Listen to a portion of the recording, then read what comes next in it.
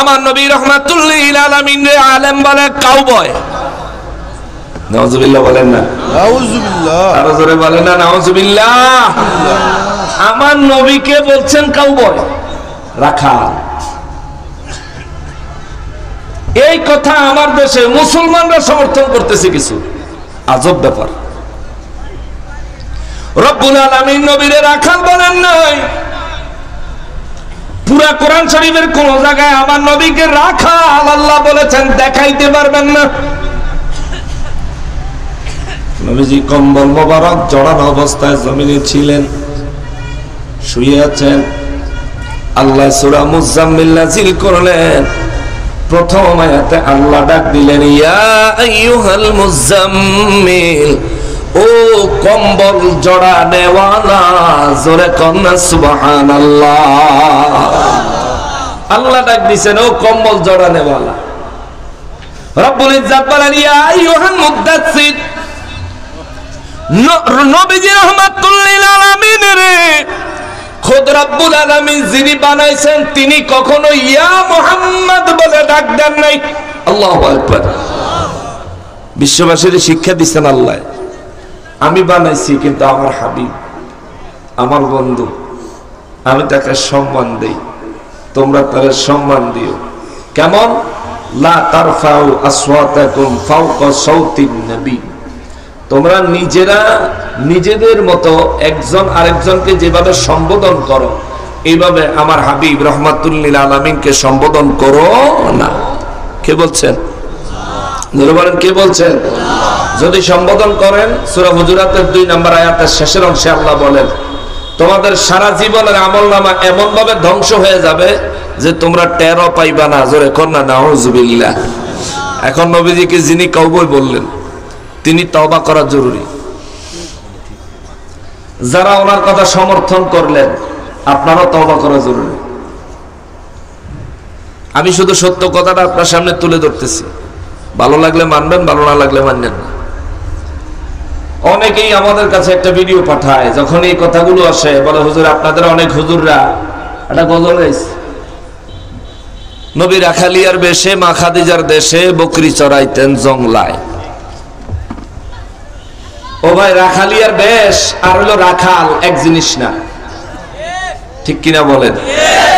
কারণ রাখাল আর রাখালিয়ার বেশ এক জিনিস না, তোমার বুঝতে হবে।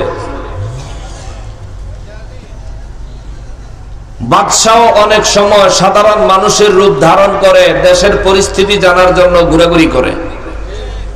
এখনকার জামানায় করেন আর কি, পাজারো গাড়ি ছাড়া চলে না।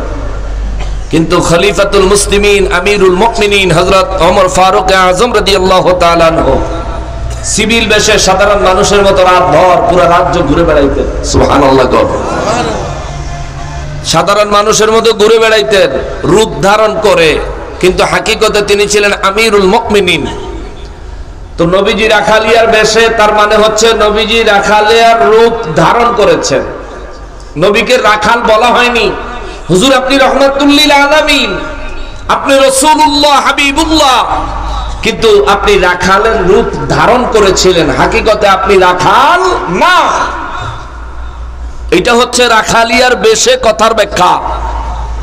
আর নবীকে ডাইরেক্ট কাউবয় এই কথা যদি বলে তাহলে তো ডাইরেক্ট নবীকে রাখাল বলা হয়। নাউজুবিল্লাহি মিন যালিক।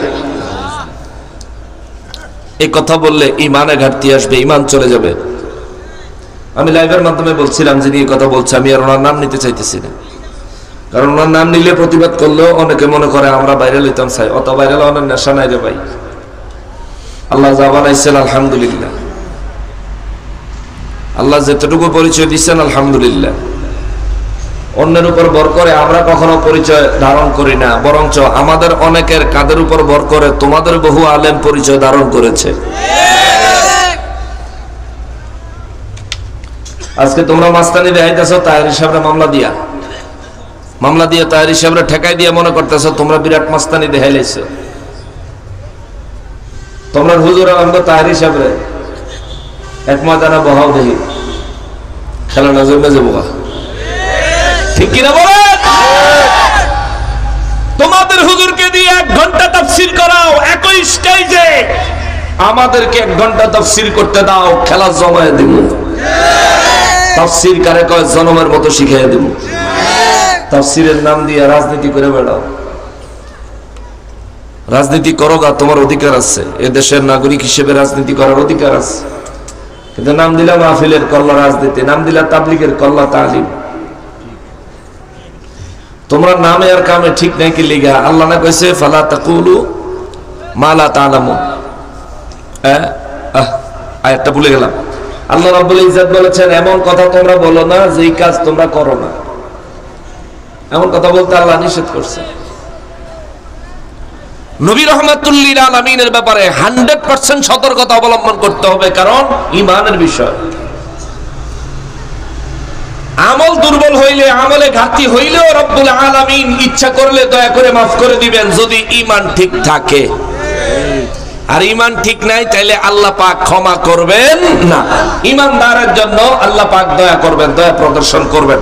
আল্লাহ আমাদেরকে ঈমানদার হিসেবে কবুল করেন। জোরে পড়েন আমিন, আরো জোরে পড়েন আমিন।